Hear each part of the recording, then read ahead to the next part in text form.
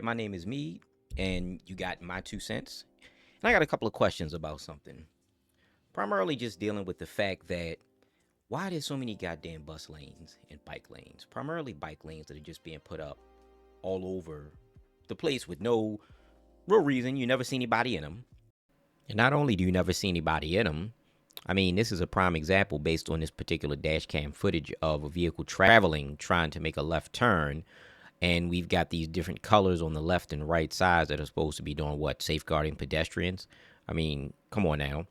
To the point now where there's another video coming in the exact same direction, and now we've got a bus that can't even effectively make a right turn, actually hits one of the cones, but how is this supposed to be effective? And I mean, you have things like this going on all over the city, and they're called complete streets, and across the US as well.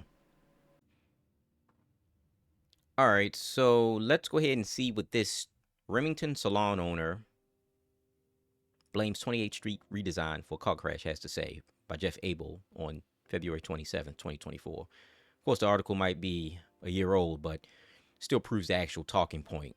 So yeah, let's let her talk. Whatever. At the Fringe Salon in Remington lately, A little crazy. owner Laura We Schneider opened in 2016, is keeping her eyes on the client thinking that nobody was going to care about us enough to do anything about it. and her ears on the road. I have been in here being like, oh God, what if we got hit right now? Overnight 2 months ago, it happened. I was walking out to leave. A driver here on 28th Street came barreling into the side of her salon. As I was leaving, Well. I saw brake lights all over the sidewalk. When the city redesigned this road last summer, it eliminated a lane of traffic, added parklets and a bike lane, and moved the remaining lane of traffic closer to her salon. Why did they Making remove a lane turns, of she traffic? says, suddenly became a safety hazard. How is that They don't effective and realize that efficient? people are going like 50 miles an hour coming from the highway, and so they get T-boned and creamed. The city calls this newly designed road a complete street, but Schneider is convinced this street is hardly a safe street for those on Complete the road street. or near the road. The street used to be 10 feet further. She complains the construction had already begun before the community had a chance to speak. They came in once and had us sign a petition, didn't mention anything about a bike lane. I saw what I signed, and it wasn't this. Schneider is an avid cyclist herself. In fact, her love of bikes Oh, the tattoo. goes skin deep. My actual literal favorite hobby is cycling. But there's little love for the city's bike plan. As a cyclist, I don't want to bike in traffic, and I think there's a lot of cyclists in the cycling community who love cycling and hate complete streets. The city council has called a hearing for next week to examine complaints about complete streets. I'm a big fan of bike lanes as traffic calming.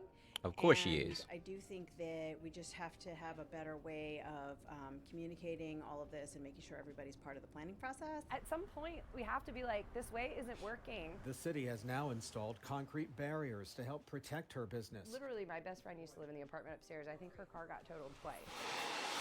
Stunning! But for Schneider, It's just true. this street is hardly complete. If your values are about cyclists and safety, well, I'm a cyclist, and I'm telling you that I don't feel safe.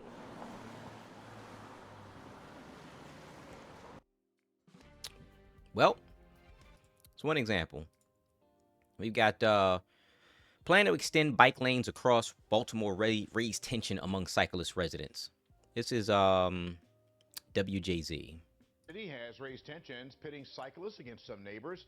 Cyclists say they need dedicated lanes for safety on the streets, but in some neighborhoods there is a pushback against the complete streets plan. Tonight, people on both sides had their say at a city council hearing. Christina Mendez was there. Christina.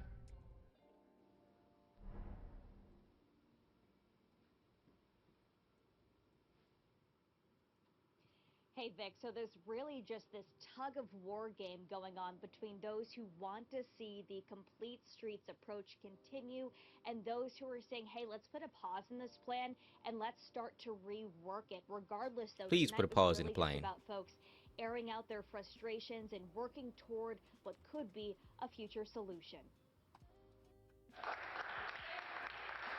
We're all in this together. A resolution by Councilmember Sharon Green Middleton was behind a hearing Thursday to talk about Baltimore's bike infrastructure. This is part of Complete Streets, a local law that over time will change the landscape of the city. The intent of the plan is to make streets safer and more accessible to pedestrians, bicyclists, and public transit users. The main problem is lack of community engagement directed to each individual designed area. But over the years, She doesn't even seem like she can explain what exactly approach, some residents are it raising advocates concerns about for. the impacts of the roadway changes, including meeting the individual needs of each diverse neighborhood.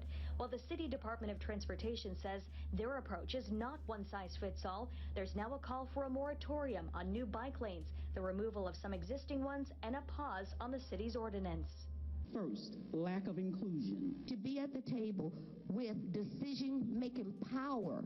They hate the delays that occur because these streets are being carved up. Baltimore deserves better. Others, such as Paul Yeah, I agree. Emart, came to testify Baltimore in deserves support better. of the ordinance. Weather permitting, Emart says he bikes a 10-mile round trip to get to and from work weekly. 10 miles to get to work, Of huh? bike lanes. But I think that it's one of the most important aspects of equity this city has. Anyone can cycle, regardless of their age, their race, their economic status. Bike More, a nonprofit organization working with DOT to monitor and advise on infrastructure plans and improvements, wrote a statement to WJZ that reads in part, quote, "We support Baltimore City's nationally recognized equity-driven Complete Streets Ordinance, which empowers the city to access millions of dollars in federal funds to implement life-saving traffic calming, ADA transit, and bicycle infrastructure. We are pleased to see supportive written testimony submitted from more than 1,000 city residents. We are concerned when activism from a small group of individuals is continuously platformed." What? And you can read that full statement on WJZ.com. As for what's next here, we do know the council member who raised up this resolution, she did ask the DOT for more information as well as this hearing. Well, that will reconvene at a later date and time. I'm reporting live tonight at 11. I'm Christina Mendez for WJZ. Okay. Appreciate you, Christina. Thank you. So now we got this one. Falls Road could be getting a little more congested because of the possibility of new bike lanes. The reaction from residents and the impact one expert says it could have on the city as a whole.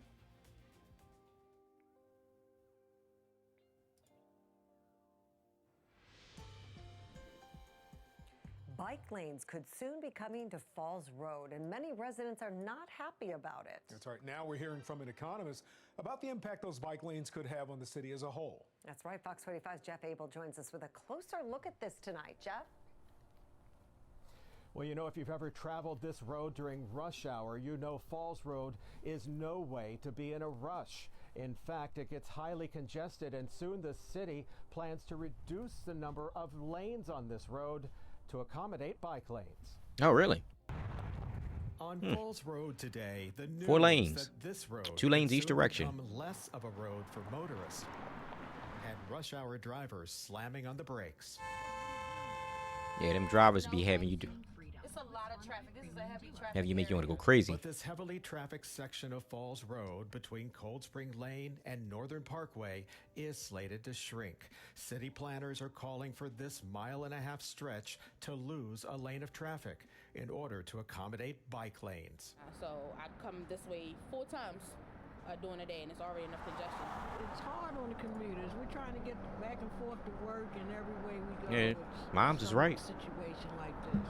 She's 100% right. But this road is slated to become one of the next redesigned roads in the city, similar to Harford Road, where the city reduced this 4-lane road to 2 lanes to accommodate bike lanes. Problem is, no one has seen a bike, but everyone has seen traffic backed up for blocks. How many bikes have you seen? I haven't seen a bike around here since I've been around. How often do you see bicycles out here? Not often. Not often. But the problem is sometimes the shoe doesn't fit. Economist Anaban Basu believes the city may be forcing bike lanes on roads that are simply not built for them. If you look at Manhattan, for instance, they're very broad boulevards. We, generally speaking, don't have that in Baltimore. And so we're trying to get all of this to fit in a bit of space, and it's just not working. That's a valid point. At City Hall last month, transportation directors told council members that streets where bike lanes are in place are proving to be safer and healthier. Where is the statistical information? Reduction in the average. Where's the statistical data that supports everything that they're saying? I mean, where's it at? She's talking about. Let me let it play out. Annual crashes. There is more socialization and an increased activity to support small businesses. Overall, the communities are safer, more livable. More livable, she said, huh? That's something I flat out don't believe. I'm definitely not more livable. So now you get to get jacked by the little skinny pop dudes running around with a ski mask on off your bike.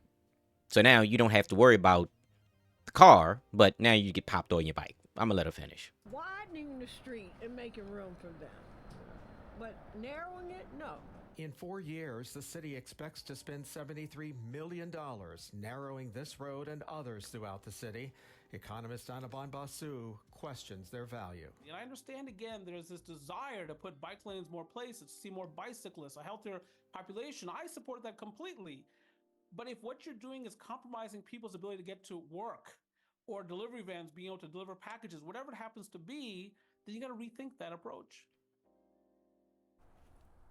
And by the way, we did the math, and the amount of money the city is spending on bike lanes, it could pay for 5,200 of these new street lights, or about 70 miles of bike lanes.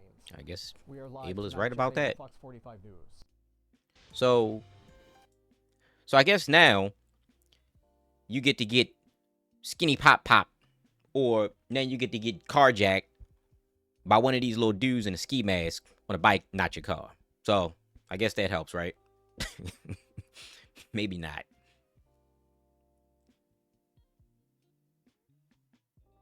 In the good old state of New York, the Department of Transportation, they announced or talked about their Complete Streets Act, Chapter 398, Laws of New York. Not going to read that now. Totally up to you to read it if you want, but it was signed into law on August 15, 2001. That Baltimore City ordinance that the individual was talking about on newscast program was basically that same thing, but it's just called the ordinance here, which could be loosely defined as a law. Now, so I'm like, okay, well, it's in New York City. Well, we got Complete Streets in Washington, D.C. On the transportation section of their website. So I'm like, okay, well, we got two major cities, Department of Transportation in New York, same thing. Baltimore City has a Complete Streets agenda. Well, we got Complete Streets in the city of Detroit as well. All define cookie cutter terminology that all says the similar or the same thing. Complete Streets prioritizes people by enhancing how our streets serve everyone, regardless of age or ability. It shapes the planning, design, operation, maintenance of our streets to accommodate walkers, cyclists, drivers, and transit users. Our goal is to create a transportation system that adapts to the current and future needs, investments in underserved areas, and improve high crash zones to save lives. Did we go with that other term, underserved area? That's a term that Dr. Claude Anderson talked about as being vague and ambiguous and not very, very specific. And I'm seeing a particular type of language here as I keep going down this rabbit hole where they're always using vague and ambiguous terminologies, very, very loosely defining things, not being very, very specific with any direct criteria, which aids in confusion or leaves anything open to interpretation, which is not good when it comes from all of these allegedly elected city officials that were voted for and are getting paid or being paid by our tax dollars. Here we go. Complete Streets values safety first, equity, dignity, and transparency. We go with that word again, equity. Now they want to push public health, things like that. Detroiters, it's plastered all over the website. I could go find the ordinance, but this is just for illustrative purposes. I'll do you another one. Complete Streets for Los Angeles, California. And we know with the mayor over there and the governor Gavin Newsom, they'd go for just about anything.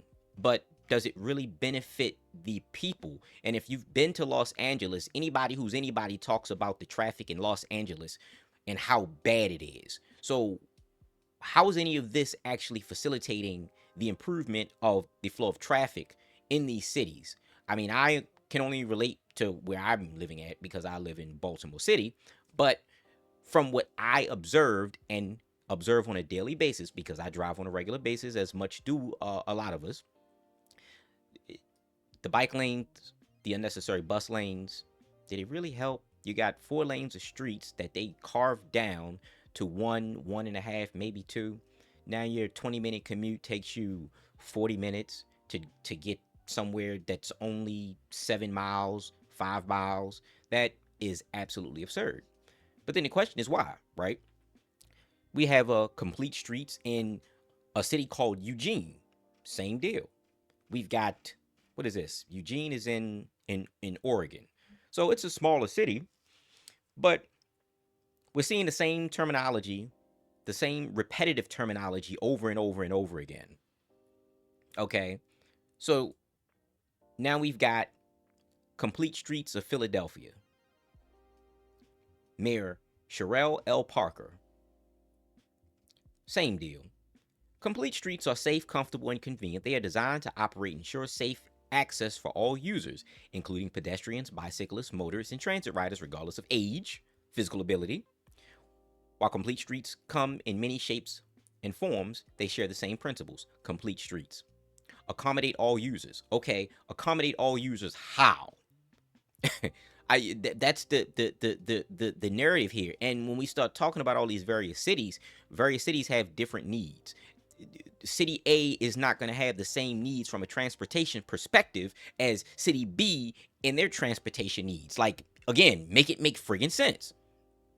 You know, so now we got to deal with these friggin' politicians who are all signing on to this. The question is why? Why are they signing on to this? Keep going. We've got Chicago, complete streets, transforming our streets into safe, equitable, inviting spaces for all, regardless of age, ability, or travel mode. They're doing the same thing. You know, and right on down the board, I could pull up city after city after city. Toronto, Canada, even. Complete streets guidelines by chapter. They got the chapters out here. Introduction, visual goals, street types, streets for cycling, transit, greenway. So then I beg the question of, well, who's pushing this? So now we got a group called Smart Growth America, because they're the ones that design this machine called Complete Streets. And when we start talking about whom they are, what they represent, and their history, all you got to do is go straight to the website, because Smart Growth America, if you look at the city ordinances, are plastered all of the websites of all of these cities that I've just gone down. And you look at the detailed documentation. You got Smart Growth America at the back end of it. Well, wait a minute. How is Smart Growth America so friggin' powerful to have all this influence in all of these cities? And who's also backing all of this? Because a lot of this is being funneled into these machines by our tax dollars, but the money is also coming from other locations. So then we got the structure of a complete street. Complete streets is a process and approach, not just a product or single type of street. Typical elements that make up a complete street: sidewalk, bicycle lanes, wide paved shoulder, etc., etc. You get the gist of it. Then we go down into their policies. Over 1,700 complete streets policies have been passed in the United States, including these adopted by 35 state governments. So I just listed maybe 6 or 7, if that. The Commonwealth of Puerto Rico, having been to Puerto Rico, I've seen it. And then, of course, the District of Columbia, which I showed you that already. But again, Michigan, San Francisco, good old Baltimore, Maryland, the city of Irwin in Tennessee, all of these cities are adopting this particular model. So I'm like, well, where exactly is Smart Growth America located? I mean, they're located in at 1350 Northwest. I'm sorry, 1350 I Street Northwest, Suite 425. That's a building that's 2 blocks from the White House. If you don't believe me, you can go to the website, check it out for yourself. Then the question is, we've got the history of these individuals. We have this locus group that they formed in 2008, allegedly. We've got In fact, I'll do you one better. I'll just show you what it says right here on the website. They're advocacy coalitions. You have Locust, you've got the National Brownfield Coalition, Transportation for America, and Charge, which is essentially just their term for what is it called? It's their term for I can't find it. I think it's charging up something. Charging us forward. And then we have the charging us forward members, right? Which when you start following the money, you know, that's where it starts to get a little crazy. So like for example, the members of Charge, you have these individuals: a key, ACEEE, Smart Energy, Clean Planet, Actera, Action for Healthy Planet, Ample, BEST, CalStart, CAP, Center for Transportation and the Environment, Clean Energy Works, Colorado Car Share, Drive Electric Dayton, Fourth, Mobility. I mean, you got so many here. And the problem that I see with this is that you have so many of these non-governmental organizations that are in a position to have the ability to make decisions for the citizens of these various cities and states, depending on how large the particular model actually gets. But then the biggest argument that I also have is that I keep hearing when I go through some of these documentations from Smart Growth America, they keep pushing this thing called the modal hierarchy of transportation, which when you look at the modal hierarchy of transportation, essentially represents this thing where they essentially tell you that, oh, walking is at the top of the inverted pyramid. And when you think about the whole premise of an inverted pyramid, from a physicality and reality standpoint, it doesn't really work. It doesn't work in reality. If you have a base, the base is at the top, but the base is at the top and the peak is at the bottom. I mean, it just tip over. It doesn't work in physicality or reality, right? But the biggest thing I want people to pay attention to is they have walking at the very top of this thing. They've got cycling next. They've got e-bikes. So they want you on e-bikes. They want you on scooters and segways. They want you on any electrified, battery-operated device that can be controlled and connected to the grid. Also, the other thing, we've got public transit, electric vehicles and or car sharing, private vehicles and air. Private vehicles and air are at the bottom of the pyramid. So essentially, they want the majority of people pushing, to be pushing, to be utilizing scooters, e-bikes, walking, public transit, things of that nature, which at this particular point in our society, most of these electronic types of vehicles are all connected to a particular grid. And that's the other thing that they've also used in the legislation or the legislative pieces or these ordinances or mandates that they've put in these the paperwork that nobody's going to read when they spit out these laws and then put the link there to justify it. And there's a 60-page printout that most people don't read anyway. It's like, well, I'm not reading all of that. And most people just read the little snippets that sound good. Of course we care about the environment. Of course we want everybody who is anybody to be able to get from point A to point B. Who doesn't? I mean, if you've got at least a soul, you should, or one would think. You know, so it's like, but the problem here is that these individuals who are nefarious are playing on one's intelligence or the emotions or the heartstrings of the masses of population of people who, in most cases, most people are good people. So then the other argument that I have is now, if we look up this thing called the modal hierarchy of transportation, once again, I mean, this website as an example, it's international. Transport, it says Scotland right here. You know, so the fact that it says Scotland tells me they're pushing the same narrative in other cities around the U.S., not only in other cities and states around the U.S., but also in other countries connected to the U.S., other countries abroad. And so, I mean, you plug in in whatever web browser or Google or whomever, you go to modal hierarchy of transportation, and it just is all over the place. Pedestrians, bicycles, public transit, commercial vehicles, taxis, HOVs. And the end game that they're talking about all of this scalability and things like that is that it ain't really scalable. It's all about them controlling how you move, where you can go, where you can't go. And of course, Smart Growth America is tied to the G20 Smart Cities Alliance, which is heavily funded by the good old boy at the good old boys at the World Economic Forum. Used to be Klaus Schwab, but he stepped down, or maybe he got kicked off or something like that. But best believe whoever takes over is going to be a bit more nefarious. Also, Smart Growth America and their affiliate entities, Charge, Transportation for America, they've all received funding from the likes of an entity called Act Blue, or I mean the same company, honestly, received funding from Act Blue. Well, if you know anything about Act Blue is controlled by George Soros. It's one of the OSI affiliated entities that nobody talks about. Sure, a lot of people are talking about the Open Society Institute or the Open Society Foundations now, since it's been taken over by your boy or his son, Alex Soros. Act Blue has been all over the place just as well with the Open Society Institute.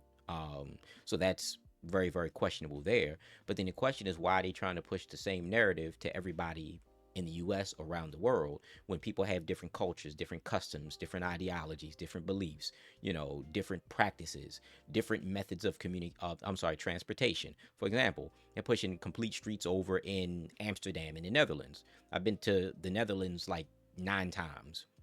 And when I talk about the efficiency of the transportation there, the transportation, I mean, is already been highly developed to the point where you can decide to walk, bike, or any of the above to get from point A to point B as effectively or as efficiently as you deem fit. But the problem here, especially when we circle back to cities like Baltimore, is that Baltimore City, as well as many other cities who are adopting these complete street narratives, they're not that developed when it comes down to public transit amongst the city that they live in. So in some instances, mass transit might be the preferred method of transportation. In another city, getting in your car and driving from point A to point B might be the method that is preferred for transportation given time. And the other thing too that I've noticed is when they're pushing the narrative of this complete streets agenda. I mean, it's all coming out of the World Economic Forum. The UN 2030 Sustainability Development Agenda, it's all the same language. It's all the same verbiage. I could go in and show you the terminology from the UN 2030 agenda, but that would be, it's going down a rabbit hole of PDF documents and vague and ambiguous terms, which is what they always do when you actually read the contents on the website. In fact, I'm just going to show it right now. So if we look at, for example, 2030 agenda,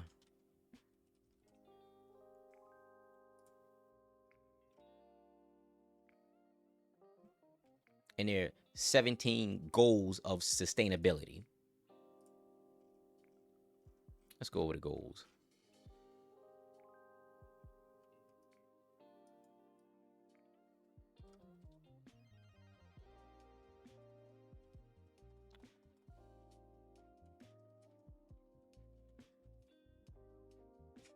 Here we go.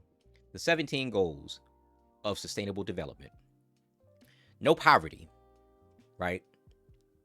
Oh, no poverty. That sounds great. How you going to do it? When the overwhelming majority of the world is a representation of being a third world country. Seems like more control to me, right? Then they talk about zero hunger. Well, how are you going to do that when the prices of food have continually gone up and the food has been more artificially made and artificially created with no actual nutritional value whatsoever? How's that gonna happen? Can someone explain that to me, please? We got good health and well-being. Good health and well-being, what does that mean? Let's click on this for more info, just to be specific. Ensure healthy lives and promote well-being for all at all ages. Here we go with that very, very broad, vague, and non-specific verbiage that I will keep talking about, that you'll see time and time again, over and over and over. Then they'll show you a chart with some made-up statistical data with no sources for said statistical data that can't be backed up by anything. I'll go back, and now we can go down to quality education. Well, what does quality education mean? Because quality education to one entity or one group of people won't represent that same quality of education to another group of people, because now we're dealing with different ethnicities, different races, different people of origins, different different ages, you know. So once again, we click on this, they give a vague term: ensure inclusive and equitable quality education and promote lifelong learning opportunities for all. So okay, here we go for all. How you going to do it? Who, what, when, where, why, how? Well, where is the specific quantifiable way that they are going to do it, and who's paying for it is a question. Gender equality. All right, well, gender equality, here we go again. We've been dealing with that nonsense for the last 10 years. Achieve gender equality and empower all women and girls. Oh, so here we go with the women empowerment again. Almost sounds like some more feminist social engineering rhetoric to me. So it's just gonna forget about the boys and the men. So, you know, I guess we don't count. I mean, in the era of 1,000 genders, where's the boys and the men at? So I guess I'm SOL then. I can't participate in any of this particular goal. We got goal number 6, ensure availability and sustainable management of water and sanitation for all. How's that going to happen? They call it ensure availability and sustainable management of water and sanitation for all. Safe drinking water, sanitation, and hygiene. 2.2 billion people lack safely managed drinking water. Where's the data? Where's the statistic? What quantifiable sample data did you use? And what was the criteria? Right? And then, of course, like, for example, we'll go click on this particular report. And I'm not trying to be one who's not going to show information, because they have these little URLs directly up under what they're trying to promote. But then there's no data. They have bringing data to life, sustainable development goals, human impact stories from across the globe. Then when you click the actual PDF, they give you a heavily paged document, right? 41 pages. Let's go through it. I mean, just a few different details. For example, no, I'm sorry. This is the same document that they have on all of them. It's the flip book, which is not based on statistical data. The flip books are designed to push a particular agenda. So, like, for example, I can close that out, and there's nothing here. They have a press release and a press briefing, but nowhere where you can actually go to study any scientific evidence or any statistical evidence to prove what they keep selling the masses.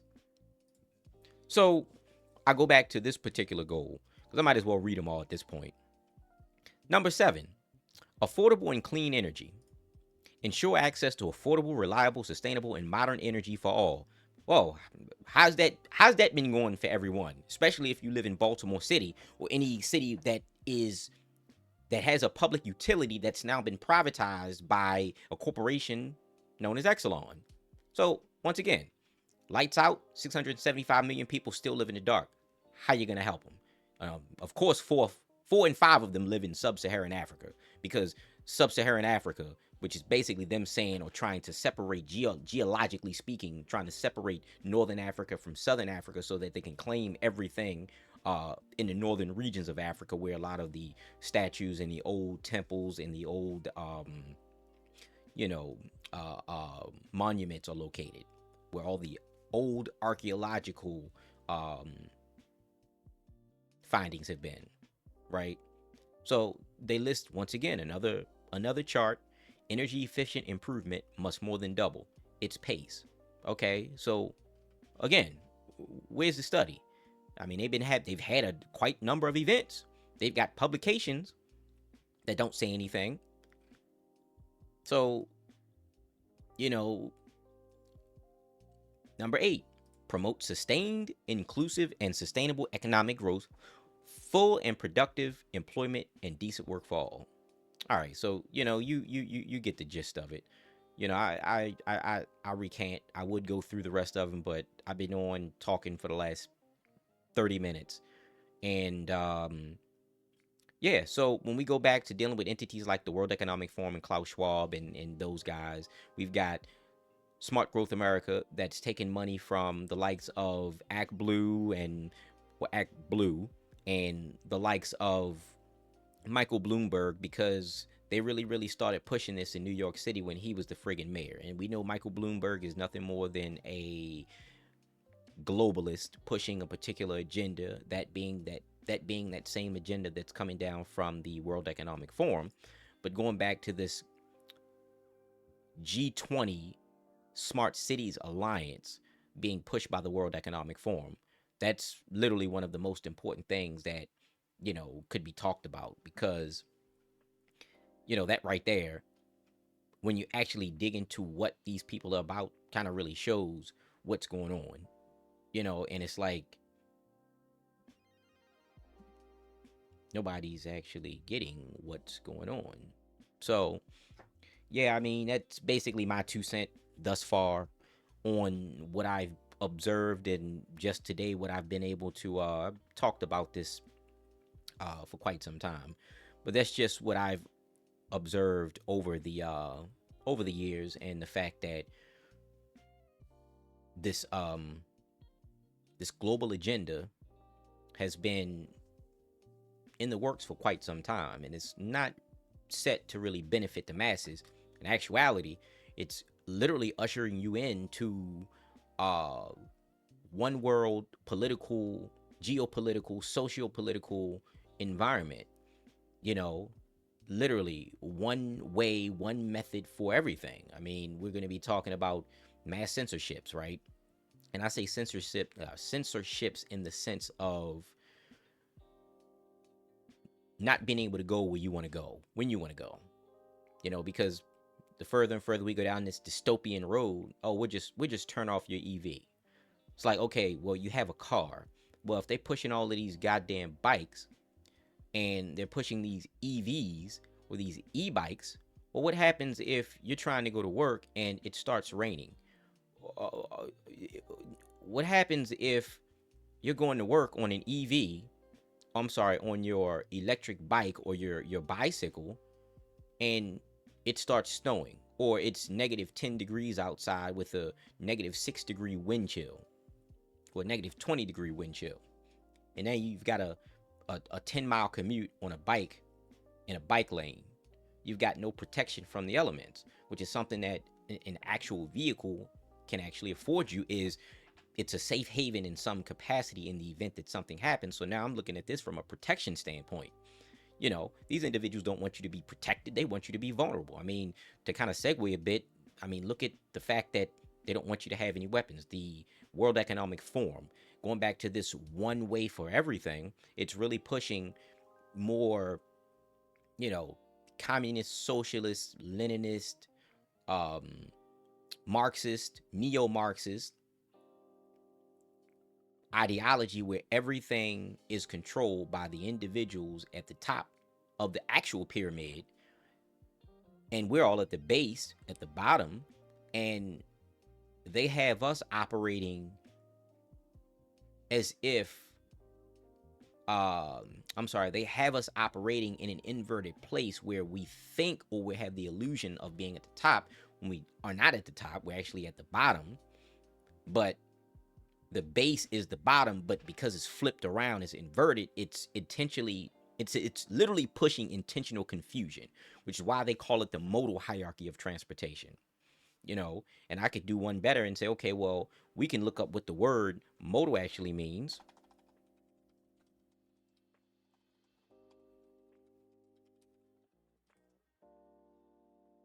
And according to Oxford's English dictionary, because I do not use Merriam-Webster. 1, an adjective of or relating to mode, manner, or form. Transportation, also single modal, relating to or suitable transportation involving only one form of a carrier, such as a truck, rail, or shop.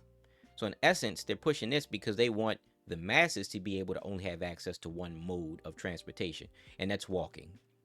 Ultimately, going down the road of 15 minutes to get to where you got to go.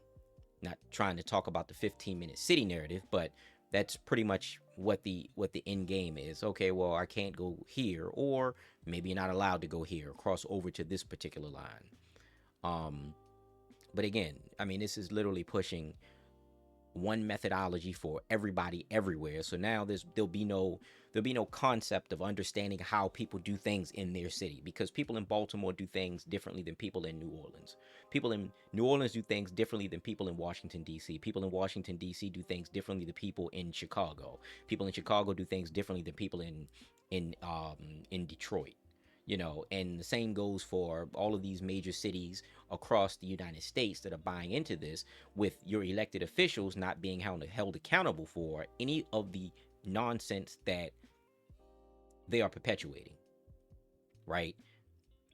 And you start following the money with some of these individuals, you'll probably find that they are being heavily incentivized by folks like Act Blue, George Soros, and the Open Society Foundation, or Alex Soros, entities like Bloomberg, Michael Bloomberg, and then, of course, last but not least, the 3 big financial entities that control everything, or so we're taught to believe, because BlackRock, State Street, Vanguard, BlackRock, Larry Fink, and State Street and Vanguard are very much controlled by the World Economic Forum. And speaking of Michael Bloomberg was actually on the Council on Foreign Relations. So he's a CFR member. Not sure if he still is, but he was. He was for sure a member of the Council on Foreign Relations. But that's just some stuff that I would really, really start looking more into as they keep pushing this narrative of, the modal hierarchy of transportation and complete streets, because complete streets is more like broken streets. It's not benefited anybody in Maryland, or I'm sorry, Baltimore City, or in the state of Maryland for that matter either. I'm not sure if they're pushing in Annapolis, but it's not going to end well. And I'm not trying to sound all destitute and what have you, but yeah, that's some of my 2 cents on, or that's my 2 cents on some of what's been going on that nobody seems to be talking about right now, because we're so preoccupied with the political theater of Donald Trump, and all the satire that's been going on, all the theatrics in the news, and of course all of the flooding that's been going on. So yeah, that's my 2 cents. I'm out.